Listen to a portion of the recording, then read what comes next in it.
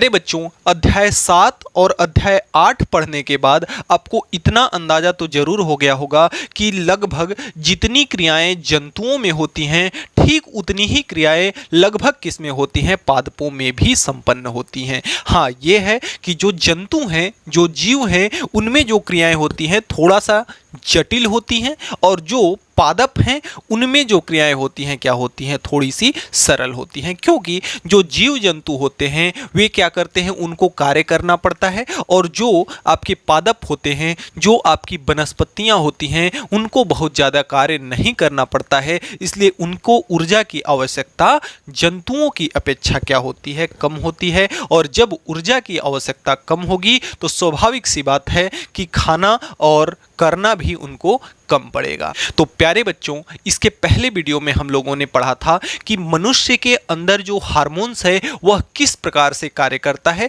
और आज के वीडियो में हम मुख्य रूप से पढ़ेंगे पौधों में नियंत्रण एवं समन्वय। हम ये देखेंगे कि जिस प्रकार से मनुष्य या जीव जंतुओं में जो हार्मोन्स होता है वह क्या करता है, नियंत्रण एवं समन्वय का कार्य करता है, ठीक उसी प्रकार से पौधों में ऐसे कौन कौन से हार्मोन्स हैं और वे हार्मोन्स क्या क्या नियंत्रण करते हैं, आज के इस वीडियो में हम सीखने वाले हैं। तो बच्चों देखिए, सबसे पहली जो बात आती है, हार्मोन्स क्या करता है, तो हार्मोन्स वृद्धि और नियंत्रण करता है। हार्मोन्स क्या करता है, वृद्धि भी करता है और वृद्धि को क्या करता है, रोकता भी है। और देखिए, हार्मोन्स यहाँ पे जो पादप होते हैं दो प्रकार के पाए जाते हैं। कौन कौन से?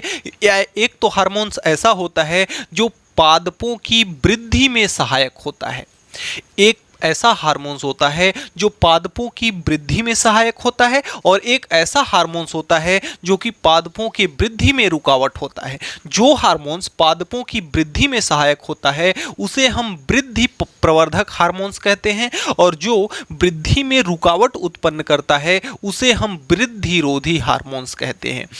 तो ये तो हमारे हार्मोन्स के दो प्रकार रहे। अब आइए इसी से लगे एक बात को समझ लेते हैं हम, कि जैसे देखिए, आपने देखा होगा कि जो साग सब्जियां या बेल टाइप के जो पौधे हैं वे क्या करते हैं, किसी दूसरे झाड़ी इत्यादि पर क्या करते हैं, चढ़ जाते हैं, और उस पे चढ़ के अपना क्या करते हैं, विकास करते हैं। एक पौधा आपने सुना होगा, छुई मुई। देखा भले नहीं होगा लेकिन सुना जरूर होगा। और छुई मुई का पौधा एक ऐसा पौधा है जिसकी पत्ती को अगर आप उंगली से छुएंगे, उसको टच कर देंगे तो वह क्या होगा, बंद हो जाएगा, मुरझा जाएगा। और देखिए, जैसे कुछ पौधे ऐसे हैं जो कि क्या है, जैसे रात रानी को देखिए, रानी एक ऐसा पौधा है जो कि हमेशा क्या करती है, रात में फूलती है, और रात में फूल करके हमें क्या करती है, सुगंधमय करती है। ये जितनी भी प्रक्रियाएं आपको पौधों या पादपों के अंदर देखने को मिल रही हैं वह किसके अंतर्गत आ रही हैं, वृद्धि और नियंत्रण के अंतर्गत। वृद्धि और नियंत्रण के अंतर्गत। और वृद्धि और नियंत्रण कौन करता है, आपका हार्मोन्स करता है। और जैसे जीवों में आपकी कोशिका होती है उसी प्रकार से कोशिका आपकी पादपों में भी पाई जाती है। जैसे बच्चों, एक क्रियाकलाप भी आपके बुक में दिया हुआ है कि जैसे अगर कोई एक पौधा है, उसे अगर एक निश्चित दिशा से ही अगर कंटिन्यूअसली भरपूर मात्रा में अगर प्रकाश आ रहा है, केवल एक दिशा से ही मिल रहा है, तो वह पौधा क्या होता है, झुक जाता है। वह पौधा क्या होता है, झुक जाता है। क्यों? क्योंकि जिस दिशा में प्रकाश पड़ रहा है केवल उसी दिशा में बहुत ज़्यादा मात्रा में पौधे में क्या होती है, कोशिका विभाजन की प्रक्रिया होती है, जिससे वह पौधा क्या होता है, झुक जाता है। आपने देखा होगा सूरजमुखी का फूल। सूरजमुखी का पौधा क्या होता है कि जिधर जिधर जैसे जैसे जैसे जैसे सूरज चलते जाता है उसी प्रकार से वह सूर्यमुखी का फूल क्या करता है, घूमते जाता है। तो यह भी क्रिया किसके कारण हो रही है, आपके हार्मोन्स के कारण हो रही है। तो इतना इंटरेस्टिंग आपका हार्मोन्स है पादपों के अंदर। अब आइए एक एक हार्मोन्स को और उसके क्रिया विधि को हम समझते हैं, जो भी हार्मोन्स आपके बुक में दिया है। तो बच्चों, ये कुछ आपके हार्मोन्स हैं। आइए इनके बारे में समझते हैं। जिसका पहला हार्मोन्स आपका है ऑक्सीन। पहला हार्मोन्स कौन सा है, ऑक्सीन। अब देखिए, यह जो ऑक्सीन हार्मोन्स है यह पौधे के शीर्ष भाग में पाया जाता है, यानी पौधे के ऊपरी भाग में यह हमेशा पाया जाता है। जैसे हमने आपको बताया सूरजमुखी का एग्जाम्पल, कि जिधर जिधर सूर्य की प्रकाश जाता है, सूर्य जाता है, उधर ही उधर उस पौधे का मुंह हो जाता है। तो उसी क्रम को हम क्या कहते हैं, प्रकाशानुवर्तन। कौन सा क्रम कहते हैं, प्रकाशानुवर्तन। और यह क्रिया किसके कारण होती है, आपके ऑक्सीन हार्मोन्स के कारण। तो जो सूरजमुखी का पौधा है, हालांकि जो ऑक्सीन हार्मोन्स है लगभग हर एक पौधे में होते हैं, लेकिन जो सूरजमुखी का जो पौधा है उसमें कुछ ज़्यादा ही मात्रा में पाया जाता है। इसलिए सूरजमुखी का पौधा क्या करता है, सूर्य के अनुसार घूमता जाता है, और सूर्य के अनुसार ही घूमना क्या कहलाता है, प्रकाशानुवर्तन की क्रिया कहलाती है।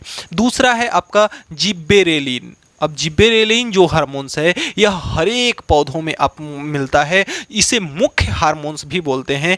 क्यों? क्योंकि यह देखिए जो बीज होता है आपका, बीज के अंकुरण में सहायक होता है। बीज के अंकुरण में वृद्धि एवं विकास देखने को मिलती है। वह किसके कारण मिलती है, जिब्बेरेलिन के कारण मिलती है। इसलिए यह अंकुरण के वृद्धि एवं विकास में क्या होता है, सहायक होता है। अंकुरण के वृद्धि और नियंत्रण में सहायक होता है, और इसलिए इसको हम क्या कहते हैं, मुख्य हार्मोन्स। मुख्य हार्मोन्स क्यों कहते हैं? क्योंकि यह अंकुरण में सहायक होता है, यानी कि यह स्टार्टिंग में ही रक्षा करता है। जैसे अगर एक छोटा बच्चा होता है तो छोटे बच्चे को संभालना बहुत मुश्किल होता है ना। एक नन्हा सा बच्चा है जो कि कुछ नहीं जानता है, न तो आपका दुनिया जानता है, न तो समाज जानता है, न तो चलने जानता है, न तो बोलने जानता है। तो ऐसे बच्चे को संभालना कितना मुश्किल है। ठीक उसी प्रकार से यह एक नीचे लेवल से एक बेसिक लेवल का हार्मोन्स है, इसलिए इसे हम क्या कहते हैं, मुख्य हार्मोन्स कहते हैं। और तीसरा आपका है साइटोकाइनिन। अब देखिए साइटो का मतलब होता है कोशिका।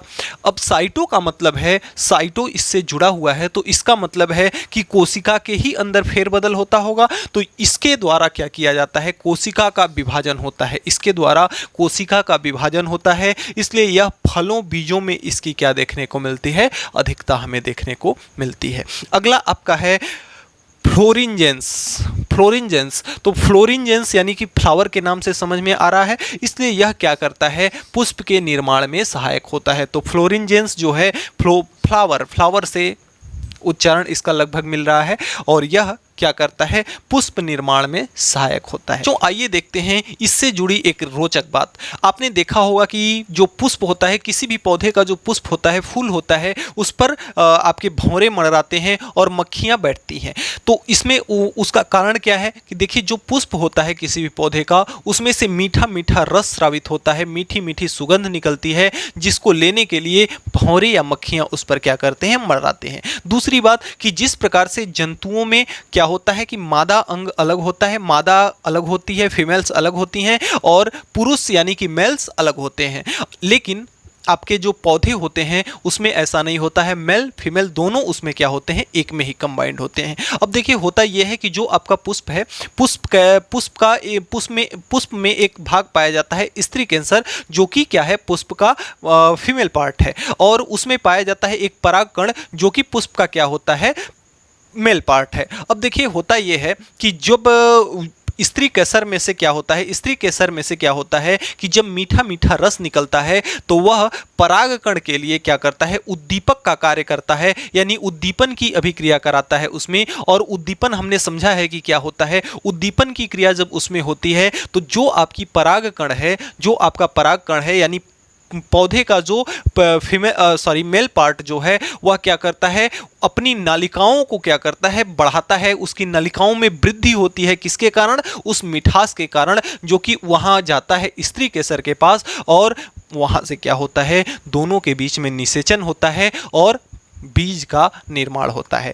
यानी कि जिस प्रकार से हम क्या करते हैं, मेल और फीमेल संबंध बनाकर क्या करते हैं, अपने जैसे संतान की उत्पत्ति करते हैं, ठीक उसी प्रकार क्या करता है, जब पुष्प का स्त्री केसर भाग और पौधे का जब परागकण यानी कि मेल पार्ट, जब दोनों क्या होते हैं, आपस में मिलते हैं उस मीठे रस के कारण, तो क्या हो जाता है, बीज का निर्माण होता है, यानी उनके बीज का निर्माण होता है, जो कि उन्हीं के जैसे पौधों को उत्पन्न करता है। तो यह क्रिया किसके अंदर होती है, किसके कारण होती है, फ्लोरिंजेंस के कारण होती है। किसके कारण होती है, फ्लोरिंजेंस नामक हार्मोन्स के कारण होती है। तो अब देखिए यहाँ पे हमने जो भी हार्मोन्स पढ़ा, वह वृद्धि वर्धक हार्मोन्स थे। कौन से हार्मोन्स थे, वृद्धि वर्धक हार्मोन्स थे। अब देखिए आगे देखते हैं, वृद्धि रोधी तो प्यारे बच्चों, अब आइए समझते हैं हम वृद्धि रोधक हार्मोन्स के बारे में। देखिए, आपने बहुत सारे पौधे ऐसे देखे होंगे कि जिनके छांव में, यानी कि उस पौधे के नीचे कोई और पौधा नहीं उगता, तो उसमें होता यह है कि उसमें कुछ ऐसा हार्मोन्स होता है जो कि उसके जड़ों के द्वारा क्या किया जाता है, स्रावित किया जाता है, जो कि किसी दूसरे पौधे को अपने क्षेत्र के अंतर्गत पनपने नहीं देता है।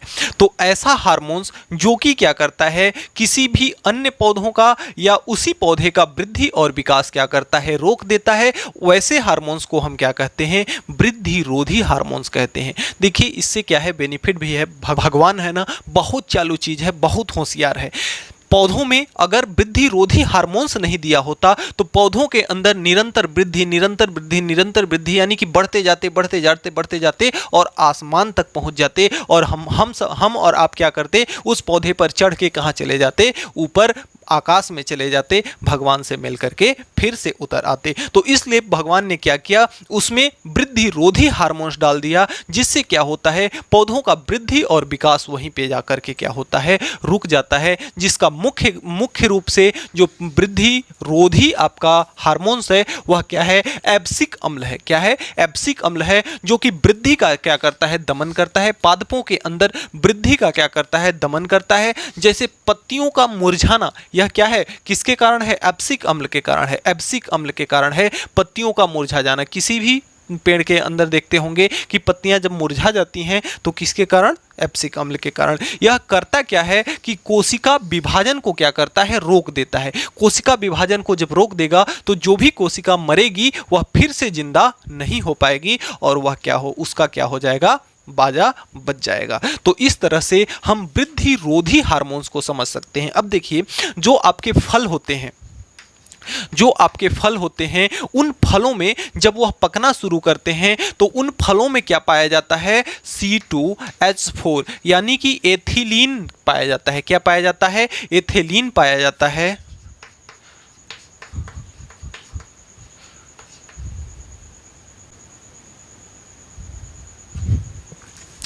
जब फल पकता है, फल में क्या पाया जाता है, एथिलीन पाया जाता है। और एथिलीन क्या है, एक गैस है। इसी गैस की वजह से फल क्या होते हैं, पकते हैं। और कभी आपने देखा होगा कि जब एक फल पकने लगता है तो उससे क्या होती है, एथिलीन गैस निकलती है, इसलिए उसके चारों ओर के फल क्या हो जाते हैं, पक जाते हैं। आपने देखा होगा कि घर गांव में हम क्या करते हैं, कृत्रिम रूप से फल को तोड़ करके लाते हैं और उसको कार्बाइड में डाल करके पका देते हैं। पेड़ में पकने के लिए कौन वेट करेगा, पेड़ में पकने के लिए कौन वेट करेगा, इसलिए हम क्या करते हैं, कृत्रिम रूप से कार्बाइड ले आते हैं और कार्बाइड में रख करके पका देते हैं। तो कार्बाइड क्या होता है, उसमें आपका CaC2 प्लस आपका उसमें होता है H2O, जो आपका कार्बाइड होता है, ये कैल्शियम कार्बाइड, इसको हम क्या कहते हैं, कैल्शियम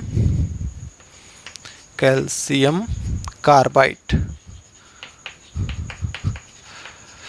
कैल्शियम कार्बाइड कहते हैं। और यह जब वो हमारे वायुमंडल में जलवाष्प की मात्रा को क्या करता है, एब्जॉर्ब करता है, तो क्या बनाता है, आपका बनाता है C2H2 और प्लस में बनाता है CaO। CaO क्या है, आपका चूना पत्थर है। क्या है, CaO चूना पत्थर है। और C2H2 क्या है, आपका एसीटिलीन है। क्या है, एसीटिलीन।